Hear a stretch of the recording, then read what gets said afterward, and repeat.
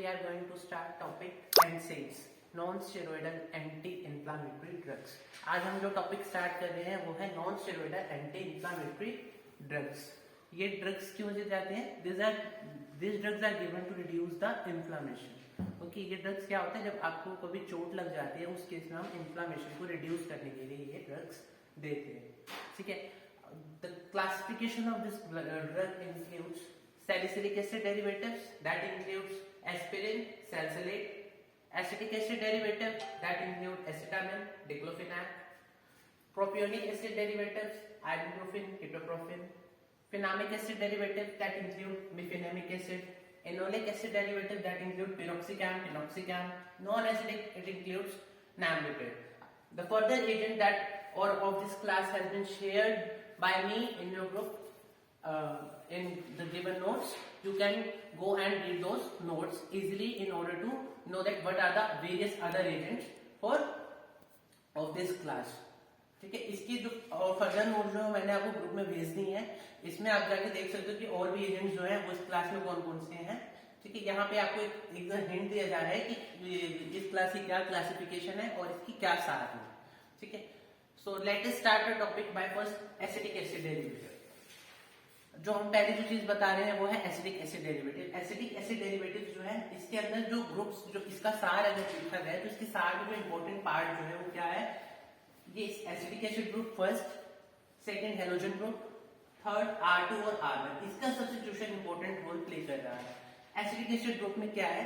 ये जो acidic group है ये बहुत इंपॉर्टेंट ग्रुप है बिकॉज ये क्या है? ये कन्फर्मेशन बताता है. कन्फर्मेशन समझने के लिए कोशिश क्या है कि जब मान लो एक रिसेप्टर है उसके ऊपर कोई भी चीज जाके अटैच होती है तो उसमें क्या होता है? उसकी जो रिसेप्टर बाइंडिंग साइड जो मैंने पहले बता रखा है आपको, उस पर जाने के लिए उसके पास एक डिफरेंट कन्फर्मेशन होनी चाहिए.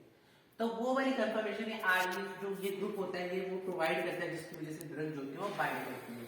Then come halogen group. Halogen group जो है इस पोजीशन पे क्या देखा है कि इस पोजीशन यहाँ पे क्या है कि हेलोजन ग्रुप का जो सब्स्टिट्यूशन है बहुत इंपॉर्टेंट रोल प्ले कर रहा है. अगर इसको हमने हेलोजन की जगह कोई अल्काइल ग्रुप या समथिंग कोई दूसरा ग्रुप लगाया तो उसकी वजह से क्या होगा? इसकी एक्टिविटी कम हो जाती है या एक्टिविटी डिमिनिश हो जाती है. Third R2. R2 ग्रुप क्या है? ये बहुत इंपॉर्टेंट. ये जो R2 की जो सब्स्टिट्यूशन है वो इसलिए बेसिकली रिक्वायर्ड है इसकी एक्टिविटी इंप्रूव करने के लिए जो हमारे ड्रग्स होते हैं. और इसमें ये पाया गया जो मिथाइल ग्रुप है ये बहुत ज्यादा एक्टिव है, एक्टिव को कंपाउंड को एक्टिव बनाना है. ठीक है. It includes substituents like methyl और फिनाइल, बट मिथाइल का जो ग्रुप जो है उसके ज्यादा यहाँ पे क्या पाया गया कि एक्टिव होता है. R1 ग्रुप पे क्या है? R1 पे ये अलग अलग ग्रुप्स लगाए गए हैं अल्काइल ग्रुप्स की चेक लाइक फिनाइल, अल्काइल. उनकी जो सब्स्टिट्यूशन है उसका क्या है? ये इंफ्लामेटरी एक्टिविटी के लिए, मतलब उसमें क्या है? अगर आपने ये अल्काइल लगाया या फिनाइल लगाया उसके ऊपर क्या है? उसकी इंफ्लामेटरी एक्टिविटी उसके अकॉर्डिंग चेंज हो रही है. Okay. So we are doing the acetic acid derivative in that the three groups that are playing major role in a structure activity relationship. First is your this acetic acid group because it is giving conformation, different conformation that is helping it to get fixed in the proper position on your receptor. Second group is R2 which is necessary for improving the activity of compound. And it includes substitution like methyl, various alkyl group like methyl, phenyl. However, it has been found that only alkyl group like methyl has given the tremendous activity in spite of other groups. Then we are having halogen group. At X position has been substituted by halogen group. If they had substituted with other groups like alkyl groups or some other groups like phenyl or something, then they found that the activity has been reduced. Then at R1 position we are having various substitution of alkyl group as well as phenyl group.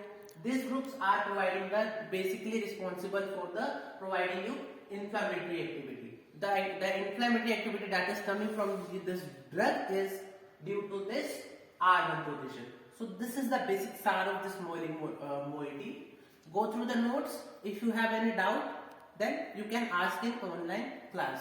Okay. Thank you.